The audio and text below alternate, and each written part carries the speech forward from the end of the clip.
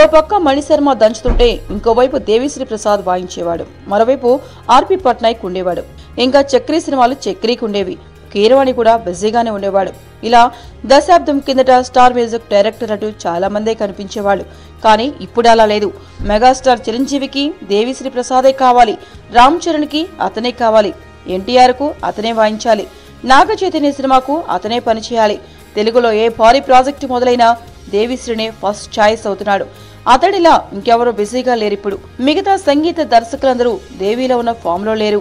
దేవిని నమ్ముకుంటే cinema musical గా హిట్ అయిపోతుందని, తన సంగీతంతో సినిమాను సగం నిలబెట్టేస్తాడని దర్శక నిర్మాత నమ్మకం. ఇటీవల అతడి ట్రాక్ రికార్డ్ చూస్తే అది నిజమే అనిపిస్తోంది. గత ఏడాది నేను శైలజ, నాన్నకు ప్రేమతో, సర్దార్ గబ్బర్ సింగ్, జనతా గ్యారేజ్ లాంటి మ్యూజికల్ హిట్లు వచ్చాయి దేవి నుంచి. ఇక వీటిలో సర్దార్ మినహా అన్ని సూపర్ హిట్లే. ఆ సినిమా సైతం ఆడియో పరంగా ఆకట్టుకుంది.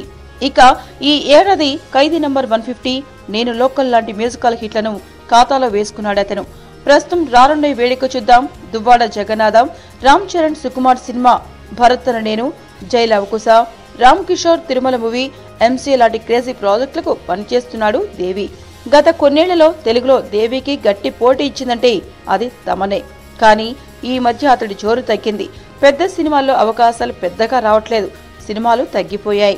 గత ఏడాది కాలంలో అతను సంగీతం అందించిన పెద్ద సినిమా అంటే ఒక్క సరైనడు మాత్రమే. మిగతావని మీడియం రేంజ్ సినిమాలే.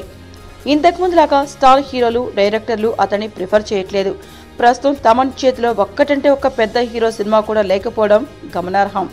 దేవిశ్రీ ప్రసాద్, తమన్ల తర్వాత గత కొన్నేళ్లలో బాగా రైజ్ అయి స్టార్ ఇమేజ్ సంపాదించిన సంగీత దర్శకుడు అనూప్ రూబెన్స్. టెంపర్, కాటమరాయుడు లాంటి పెద్ద అవకాశాలని సద్వినియోగం చేసుకోలేకపోయాడు. అనూప్లో టాలెంట్ ఉన్నప్పటికీ అతను క్లాస్ సినిమాలకు మాత్రమే సూట్ అవుతాడన్న అభిప్రాయం బలపడింది. ఈ నేపథ్యంలోనే దేవిశ్రీకి ప్రయారిటీ మరింత పెరుగుతోంది. ఏంటండి, వీడియో నచ్చిందా? అయితే ఓ లైక్ వేసుకోండి, లేదంటే ఓ కామెంట్ చేయండి.